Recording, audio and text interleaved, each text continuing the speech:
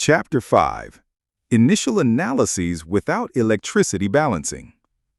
All right, everyone. Today we'll talk about what happens after you've entered all your demand and supply inputs into EnergyPLAN.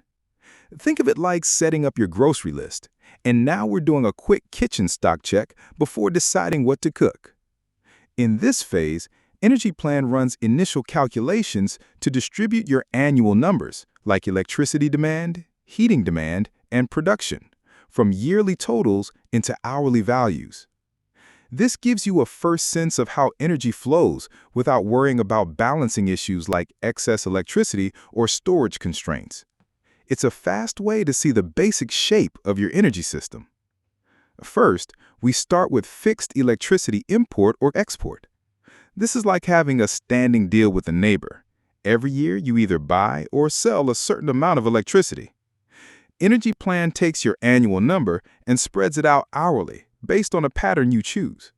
It's useful for countries with fixed international energy contracts. Then, we calculate district heating demands. Imagine heating 3 neighborhoods. EnergyPLAN calls them Group 1, Group 2, and Group 3.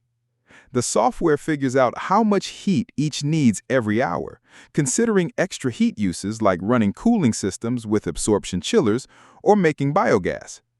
It simply applies your yearly numbers to typical hourly patterns, just like mapping your monthly salary to daily expenses. Next, it adds in heat and electricity coming from industry and waste. Some factories and waste plants don't just use energy, they make it, especially heat.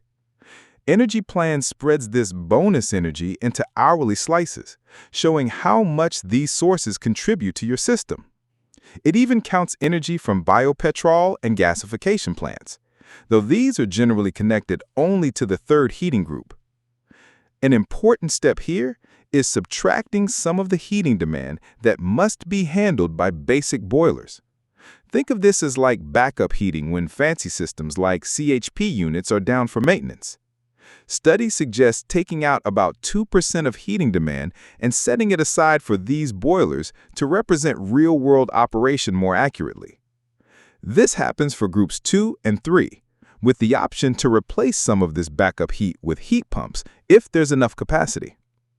For Group 1, EnergyPLAN takes a simple approach.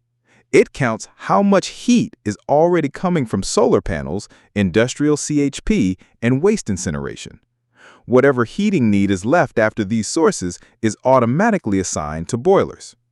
This makes sure no hour is left without heat, but also shows how much burden falls on the simplest, usually least efficient boilers. All these calculations happen without worrying about balancing the overall electricity system. It's just the first look, like checking which ingredients you already have at home before heading to the market. This helps energy planners catch obvious gaps or oversupplies early, saving time before running more detailed simulations with full balancing strategies.